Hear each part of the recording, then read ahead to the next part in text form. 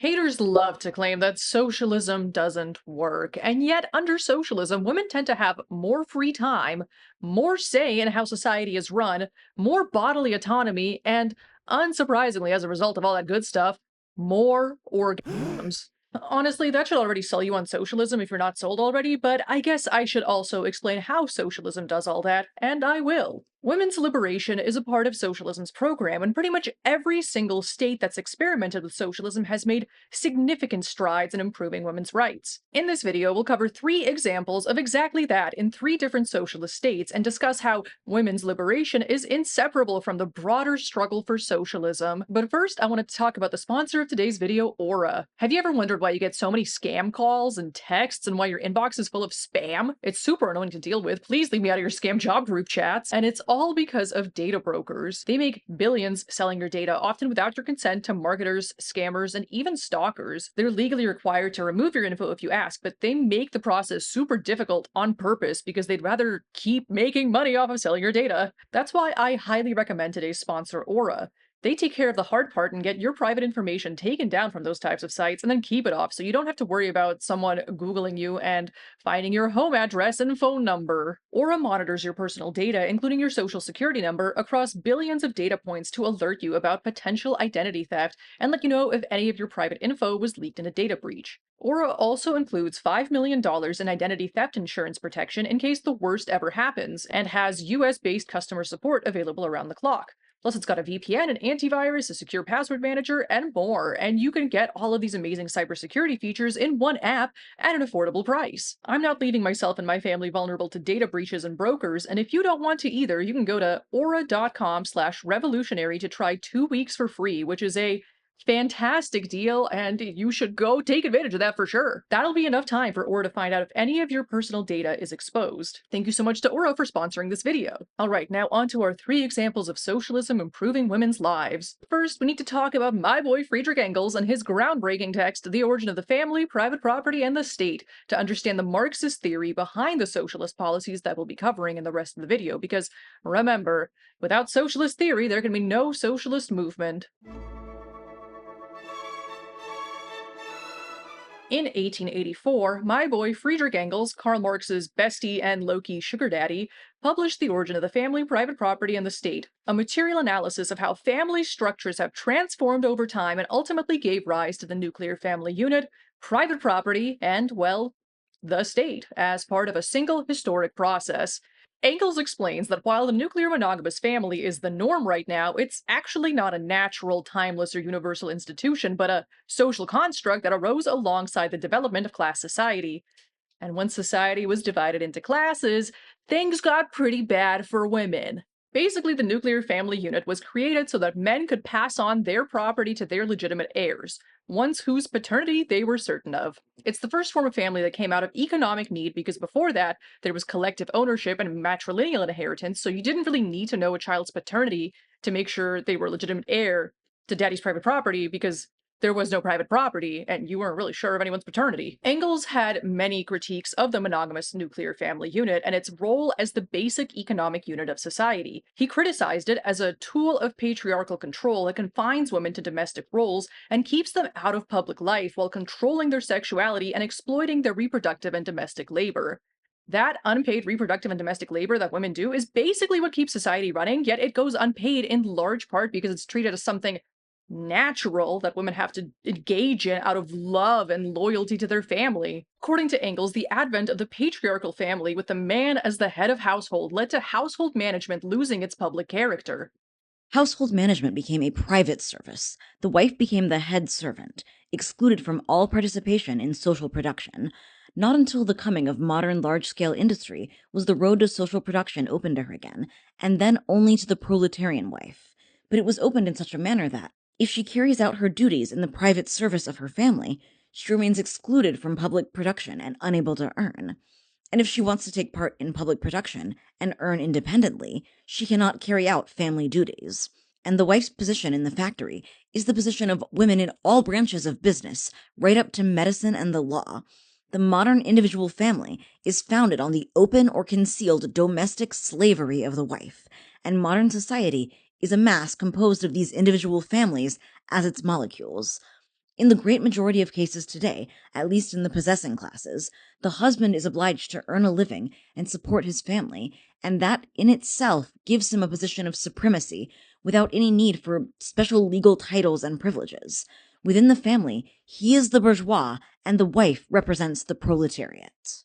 In Trash Discourse's video called What is Gender, where they discuss multiple theories of gender, they posit that gender is actually a labor role, which, as a non binary bisexual, is like my favorite theory of gender, and well, Engels agrees. If you're a man, your labor role within the context of the nuclear family unit is to go to the job factory and make money for your household so you can eventually buy private property and pass it on to your legitimate heirs. And if you're a woman, your job is to maintain and manage the household and raise the kids. And it's obviously not quite so black and white anymore in the Western world because women can have jobs and be breadwinners now, but even a breadwinner woman often does more housework than her husband, and married women with children and male partners tend to do more housework than single moms. So, yikes. Male loneliness epidemic? Well, perhaps while they're alone, they can do some self reflection. Another issue with the nuclear family unit is that it reproduces the oppressive dynamics that occur under capitalism, like forcing people to defer to one authority figure who controls your entire livelihood. In the capitalist workplace, that's a boss. In the nuclear family unit, it's the patriarch. As Engels said, the nuclear family is a little personal microcosm of the larger capitalist system in which the working man gets to be the bourgeoisie, and then he doesn't feel quite so compelled to overthrow the bourgeoisie, probably. According to Engels, achieving true liberation for women requires the abolition of the monogamous family unit as the basic economic unit of society, the introduction of women into public life, and the socialization of their unpaid labor, all of which will only be possible under socialism. As we mentioned, women can have jobs now, so at least one of those things has been achieved. But as Karl Marx said, any new society is stamped with the birthmarks of the old society from whose womb it comes, and it turns out that giving women the ability to earn money and own private property is not enough to liberate them from the patriarchy, a system rooted in class society. You gotta actually end class society to liberate women. Socialism, given that its ultimate goal is to create a stateless, classless, moneyless society, a communist society, aims to do exactly that. As Bolshevik revolutionary Inessa Armand famously said, if women's liberation is unthinkable without communism, then communism is unthinkable without women's liberation. Now let's talk about some examples of socialism working for women to see Engels' theory put into practice. Of course, I have to talk about the first ever socialist experiment, which everyone would be calling an amazing example of socialism working if it only lasted a few years and then got cooed by the CIA, like Burkina Faso under Sankara or Chile under Allende, both of whom obviously accomplished amazing things and I respect very much, but who were only in power for a few years. Unfortunately, Western leftists tend to prefer martyrs who weren't around long enough to make mistakes, especially in the US because of all the Puritan values, and really don't like when socialist states have to contend with reality as it is and respond to external and internal attempts at sabotage with repression, even though that's literally what any state does, regardless of their economic system when faced with instability. Like, the Russian Empire was way more repressive towards dissenters after the 1905 revolution. The American and French revolutions were extremely repressive and bloody. Bro, guillotines? Bro, public guillotinings? The Russian Revolution never did that. The more unstable a state is, the more repressive it becomes because a state's first priority is self-preservation, and if you don't do that, your socialist state won't last very long. See Sankara and Allende, unfortunately, and Read the Jakarta Method by Vincent Bevins.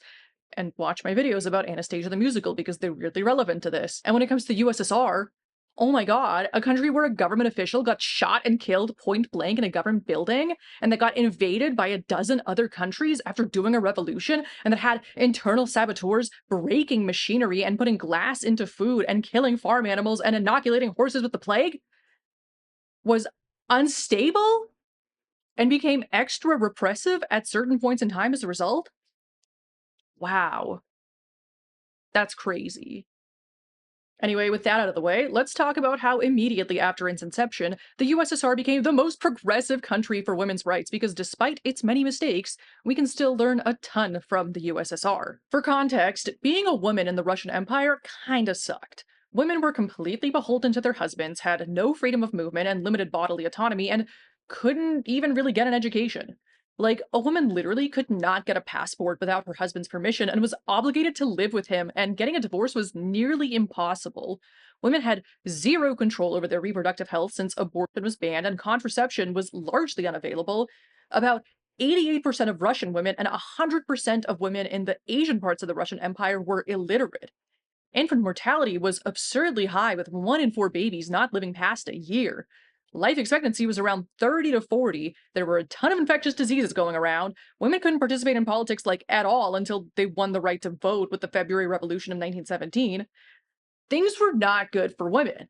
Things were pretty bad for men too because of all the infectious diseases and wealth inequality, but this video is about women. The October Revolution of 1917 rapidly and radically transformed the economic and legal position of women.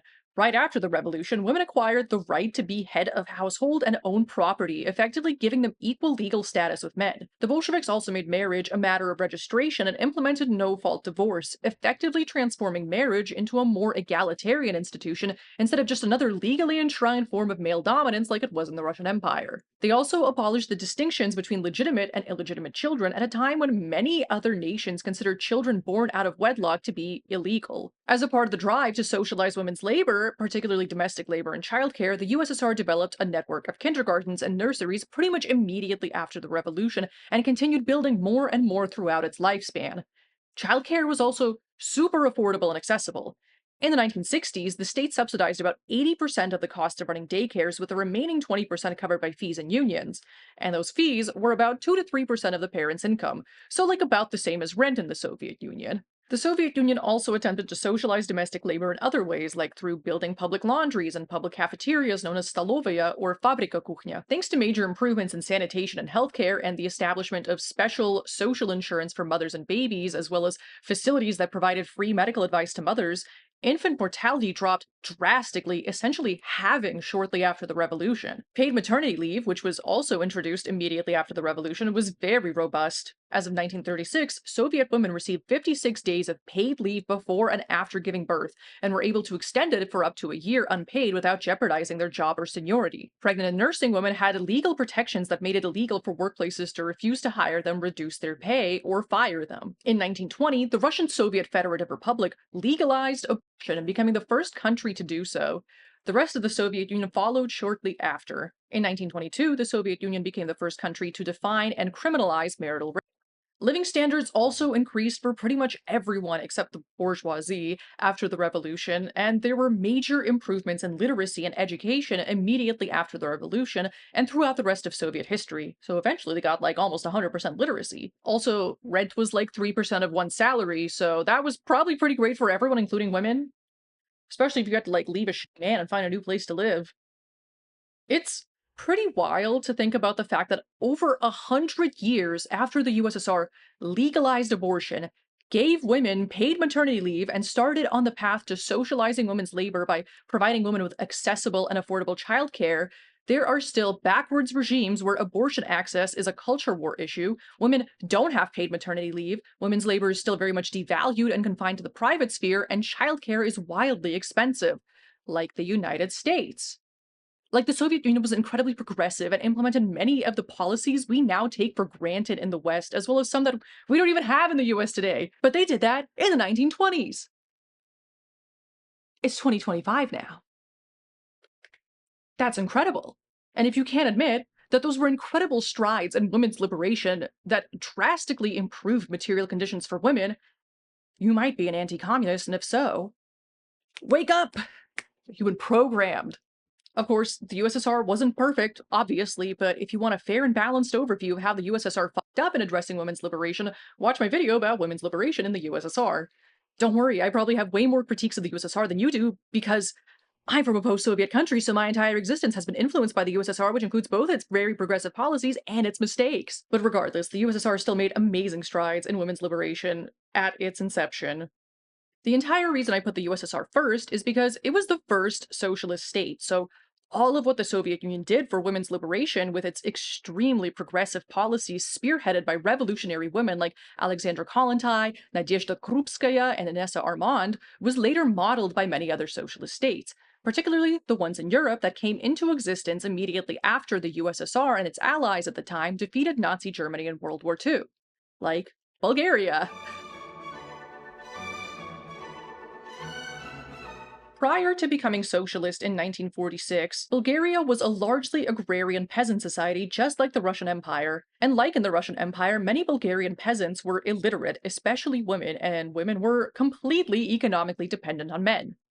As we established, socialists aim to liberate women, which involves freeing them from being economically dependent on men. So, once socialists came to power in Bulgaria, women's equality to men was legally enshrined in the constitution, and Bulgaria implemented many of the same policies that the USSR did. As a result, between 1945 and 1965, life expectancy increased and living standards improved while infant and maternal mortality rates dropped drastically. Thanks to socialism, women were also finally able to participate in the formal economy, including in traditionally male dominated fields like science and engineering. By 1965, Bulgaria had more women in the workforce than any other nation in the world. There was one problem, however. Like much of Eastern Europe, Bulgaria lost a lot of people during World War II, which created a labor shortage, and as women gained economic independence, they stopped having as many kids as before. This decline in fertility rates combined with rapid urbanization meant that Bulgaria's labor shortage would only worsen over time, which is not great because building socialism requires people. I guess replacing the population is good or something. Almost all socialist nations experienced this issue in the 1960s. Some, like Romania, dealt with it by outlawing abortion and all forms of contraception. But boo, if you're Romanian and think socialism is cringe, I fully understand why. While others thought it'd be helpful to take women out of the workforce and put them back into the home. Both of those are terrible options, which is why socialist Bulgaria opted for a secret third thing that was much better. Rather than implementing policies based on assumptions without any feedback from the women themselves, Bulgaria solved this problem scientifically and directly asked women what they needed through a very fascinating series of events. In 1967, Ilyana Lagadinova, who was a Bulgarian national hero for being the youngest female partisan to fight against Bulgaria's Nazi allied monarchy before Bulgaria became socialist, and who later worked as a research scientist for 13 years and engineered a new type of wheat, well, she did something really ballsy. Lagadinova wrote a letter to Brezhnev about how the party cadres overseeing scientific research were making the research process extremely inefficient and even interfering in her own research because they had zero domain knowledge about the research they were overseeing. Yelena Lagadinova was a dedicated socialist and literally just wanted to help improve the system. The letter never made it to Brezhnev because Bulgaria's leader Todor Zhivkov intercepted it and sent a car to get Elena Lagadinova while she was in the middle of an experiment so he could inform her that he wanted to make her the secretary of the Fatherland Front and the new president of the Women's Committee. Wild. Lagadinova accepted this new responsibility. As a scientist, she wanted to solve this demographic crisis problem scientifically and needed data to understand what problems women were facing. So in 1969, Lagadinova conducted a sociological survey in collaboration with the National Statistic Institute, surveying about 16,000 women and asking them about their daily lives, the challenges they faced, and their hopes for the future. This survey found that actually Bulgarian women did want to have more children, but literally had no time or energy between work and the second shift of domestic labor that they were expected to do after work, like cooking, cleaning, shopping for necessities, stuff like that. Women had way too little leisure time because husbands rarely helped out around the house, and the state hadn't yet committed enough resources required to socialize all of women's unpaid labor. Lagadinova and her colleagues came up with a concrete set of policies to solve the issues they uncovered and pushed the government to prioritize women for once. These proposed solutions included socializing a ton of women's labor, or at least making it easier to do, with the intent of reducing the number of hours women spent working a second shift. The Women's Committee, led by Lagadinova, proposed that Bulgaria build way more kindergartens and nurseries so that all kids could go to kindergarten, not just 80%. Rather than relying on moms to feed an entire household, Lagadinova proposed that school and workplace cafeterias be given more resources so they could feed their students or workers high quality, nutritious, and tasty food. She also proposed that students should complete homework at school in homework clubs so moms wouldn't have to help their kids with homework and kids would have more free time. Rather than continuing to basically force women to wait in the long, slow lines of the one person behind the counter Eastern European style stores to buy food and other necessities, Lagadinova proposed that Bulgaria introduce the Western self service style supermarket model. Other concrete policy proposals included generous job protected paid maternity leave, child allowances, counting maternity leave as a part of one's labor service for calculating pensions, and re educating men and boys to challenge gender stereotypes about women's work. After 5 years, the aforementioned policy proposals were codified in a 1973 Politburo decision called Enhancing the Role of Women in the Building of a Developed Socialist Society. This gave the Women's Committee the power to hold employers and state agencies accountable to these new laws and made Bulgaria one of the most progressive countries in the world for women. These new policies, created from the bottom up with direct feedback from the women who were going to be impacted, obviously changed the material conditions of Bulgarian women for the better and probably made being a woman and or having a uterus a whole lot easier. Also, Bulgaria's fertility rate actually ended up remaining at a stable 2 kids per woman on average until the collapse of Eastern European socialism in the early 1990s, because if you want people to have kids, you should probably meet their material needs, including their need to have enough time to actually take care of those kids. Honestly, Yelena Lagodinova needs to be more well known for all the amazing things she achieved, and I'm so grateful that Kristen Gotzi met her and interviewed her multiple times so we could learn about her amazing story. I mean, Lagodinova literally sent a letter to the Ministry of Trade and Services to tell them that the selection of women's clothing and underwear sucks and needs to be improved. And she also complained to the vice president of the Council of Ministers and the president of the Commission on Living Conditions about how a factory in Mikhailovgrad didn't have a workers' cafeteria yet, so its 830 women workers had to eat meals they brought from home, and she insisted that they build a cafeteria immediately. Amazing. Can you imagine having someone in the government like that? That'd be so nice. Or perhaps a system that allows someone like that into the government. Like a socialist one, perhaps. She also said some incredible gems when speaking to Godsey, like, You have to make contact with people with the heart, not with the mind. The mind is ideology. Human contact is something that everyone understands, even if they have different ideology. and Remember, it is not enough to struggle against the things you hate. You have to stand up for something you believe in. what a badass and what an inspiration. She is my goat. After the USSR defeated the Nazis, Germany essentially split up into 2 countries. If you want to learn how that happened, read Stasi's State of Socialist Paradise by Brudy de Lamotte and John Green. What was once the Weimar Republic, which then became Nazi Germany, split into the capitalist Federal Republic of Germany and the Socialist German Democratic Republic. The FRG, West Germany, embraced capitalism thanks to all the money they had access to under the Marshall Plan, and since gender roles and class society go hand in hand, as we learned from my boy Engels, they also embraced traditional gender roles and the breadwinner homemaker model of bourgeois monogamous marriage. The GDR, East Germany, took basically the same approach as any other socialist state, legally enshrining women's equality, promoting women's participation in the workforce, attempting to socialize women's labor, and even encouraging men to share the burdens of childcare and domestic labor more evenly with their wives. As with the previous examples, divorce and marriage became matters of registration, so if a woman wasn't happy in her marriage, it was pretty easy to get out and find a new place to live given the highly affordable housing. In 1950, the GDR passed a law specifically to protect the rights of women and mothers. This law made firing a pregnant woman illegal, stated that marriage must not result in a reduction of women's rights, and created programs for women's professional development, all with the intent to make it possible for women to take part in creative work for society, in local and national government, in political as well as cultural areas in both towns and villages. It also gave single mothers all the same rights as married mothers, which was incredibly progressive to do in 1950, considering countries like the Republic of Ireland punished single mothers well into the 1990s due to the political dominance and influence of the Catholic Church. In 1972, women's rights were expanded further. Abortion was legalized, free contraception was made available to all women above age 16, maternity leave paying 90% of one's salary was extended from 14 weeks to 18 weeks, and new parents received 1,000 marks with the birth of a baby, which was more than the average monthly salary. East German parents were also provided with up to 4 weeks of paid leave per year to look after a sick child in addition to their standard paid vacation time. The GDR also had one of the best childcare systems in the world, including creches for babies, nurseries for toddlers, and after school care for primary school children, all of which was extremely affordable or free. Nurseries were basically free, other than the parents having to pay a small contribution towards the food that the children were provided with. All of this economic freedom allowed East German women to start participating in politics, and in 1988, 1,172 of 9,021 towns and villages in the GDR had women mayors.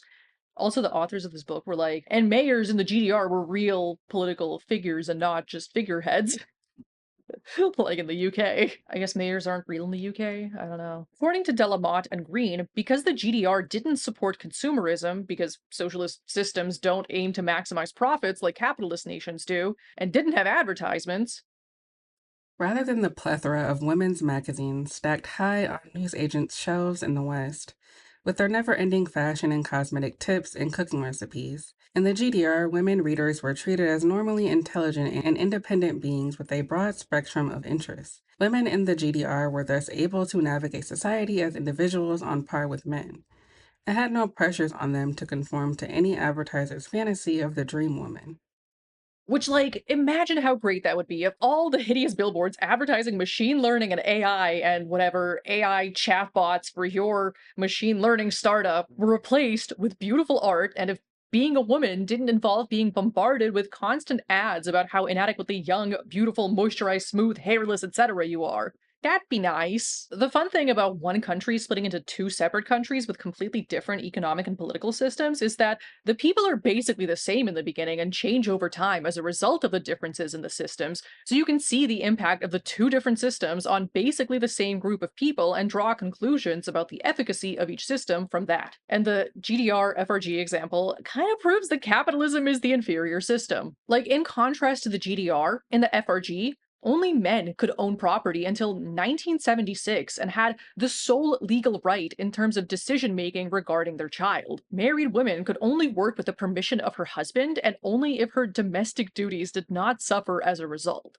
Yikes. As a result, only 50% of FRG women worked because once a woman had kids, she was likely to stay home with them, and many women who worked full time did not have kids. Women had way less independence in the FRG, and wow, guess what? You know how, like, the conservative wet dream is that women have lots of babies? The FRG birth rate dropped below the population replacement rate, while the GDR maintained a healthy birth rate, and 91% of East German women opted to have children. So even if your only political goal is that people have way more babies, socialism does that way better.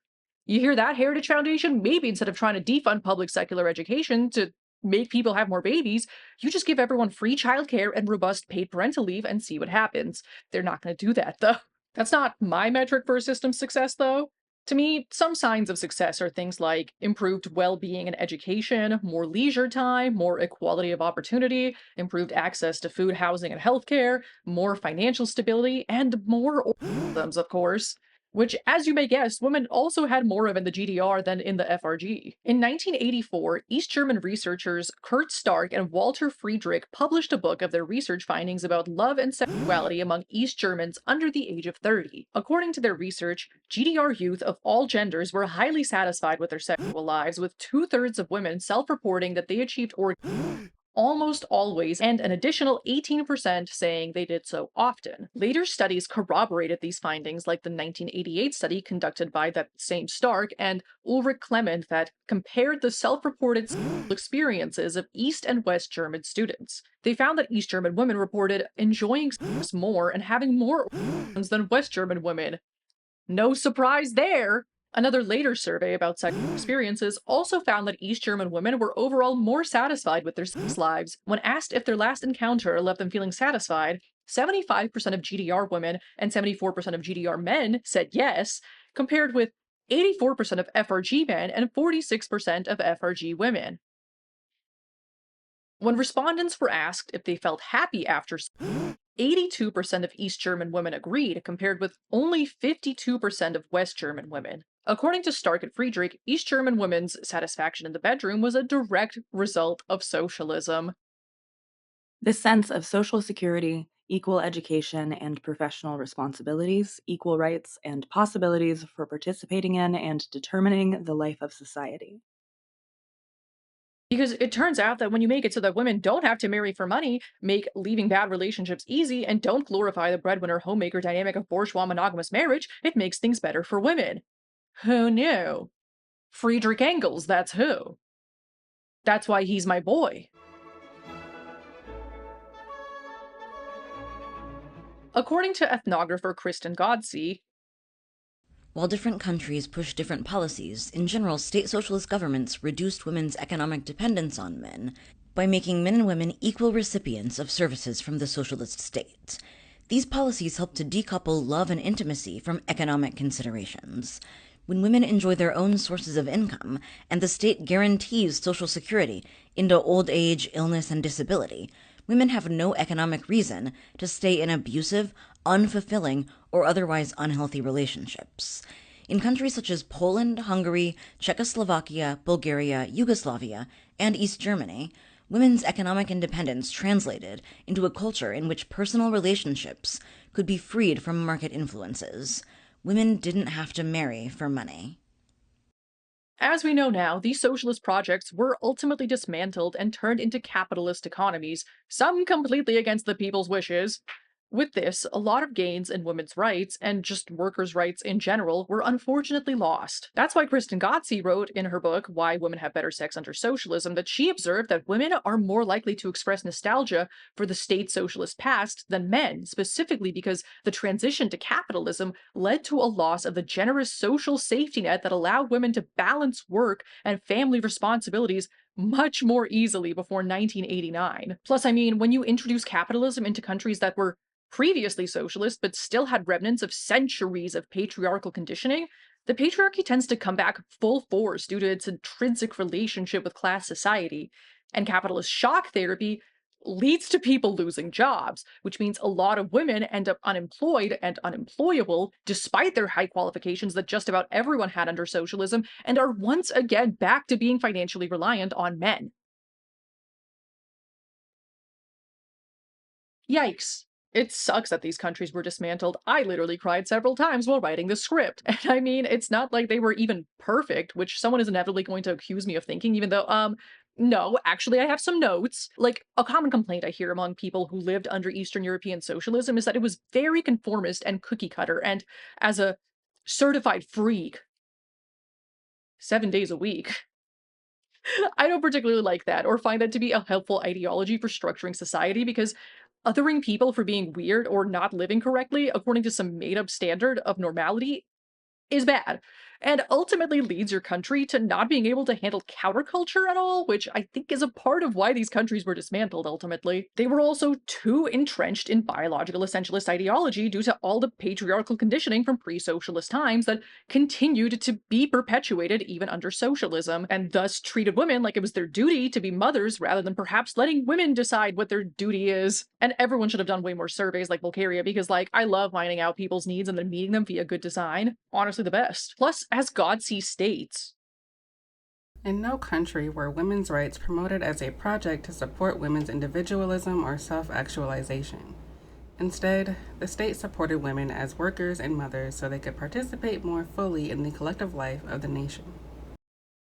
of course, you need to think about your contribution to and role within the collective because that is extremely important, but you can only truly find that out through being yourself and being a differentiated individual and doing what you like. Resisting your own nature to fit into a box someone else made for you will not liberate anyone. Also, if people enjoy the work they're doing, they tend to do it better. So, like, being yourself and doing what you like is beneficial for both you and society. Anyway, these state socialist projects were not perfect, and yet, despite all of their flaws, these imperfect models still worked so well in improving women's lives and material conditions. And I think that's incredible and worth talking about. That's why I made this video. So, does socialism work? If working means liberating women from economic dependence on men, socializing domestic labor so no one is crushed by the invisible second shift, guaranteeing reproductive rights, paid maternity leave, and affordable childcare, and creating conditions where women report higher sexual satisfaction and more orgasms, then yeah, it definitely works. But socialism isn't a magic wand, it's a framework for solving problems collectively. But that doesn't mean it solves them perfectly. And yet, these three examples, the USSR, Bulgaria, and the GDR, show us that when you prioritize people over profit and build a society based on collective decision making, material conditions improve. And when material conditions improve, people thrive, and it's just better for everyone. And that's what building a better world is about, right? Creating the conditions for people to thrive. A better world is possible, you just have to fight for it. So let's learn from these socialist projects and make that better world a reality. Thanks for watching! This video was made possible by my amazing patrons on Patreon. If you like my videos, consider joining our fun little community for early access to ad-free, uncensored videos, behind-the-scenes content, and monthly exclusive patrons-only videos that you can help pick the topics of. Plus, we're doing a book club where we're reading Anna Louise Strong's This Soviet World, and it's not too late to join if you're looking to up your theory reading game and chit-chat with like-minded people about a really interesting book. You can also send me a one-time tip on Ko-fi or PayPal. And remember to like and subscribe and share this video with anyone you think would like it. Share it with your favorite women. It really helps support the channel. And if you've gotten this far, drop your favorite flower emoji in the comments. Or just let me know your thoughts about women's liberation. I'm for it, obviously. I'm a women's liberation truther. Okay, bye!